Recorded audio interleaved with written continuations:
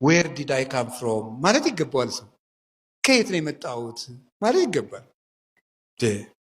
ቀጥሎስ what I am doing now አሁን ምን እያረኩ ነው ማለት አለበት። ሶስተኛስ where I am going የት ነው የምሄደው ማለት አለበት። ይሄንን የማይጠይቅ ሰው አይባልም። እኔ ምንድነኝ ማለት አለበት። እኔ ነኝ የት ነው የመጣሁት ምንድነኝ ከየት ተገኘው ማንን መስላለሁ ሰው ምንድነው ማለት።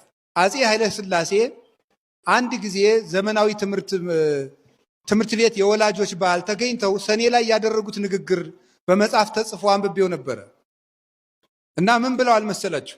አፄ ኃይለ ሥላሴ የወላጆች በዓል ላይ ትምህርት ሲዘጋ ተገኝተው ምን መሰላችሁ? ልጆቼ ይሄን ያህል ዓመት የተማራችሁት እንድታስቡ ነው አሏቸው። ምን እንድትሉ ነው ያሉ? እንድታስቡ። ምን እንድታስቡ አሉ? ወላጆቻችሁን እንድታስቡ፣ መምህራቻችሁን እንድታስቡ፣ ሀገራችሁን እንድታስቡ፣ እግዚአብሔርን እንድታስቡ ነው አሉ። ይሄን እንድታስቡ ነው የተማራችሁት። መማር ለማሰብ ነው ብለው ተናግረው ነበር።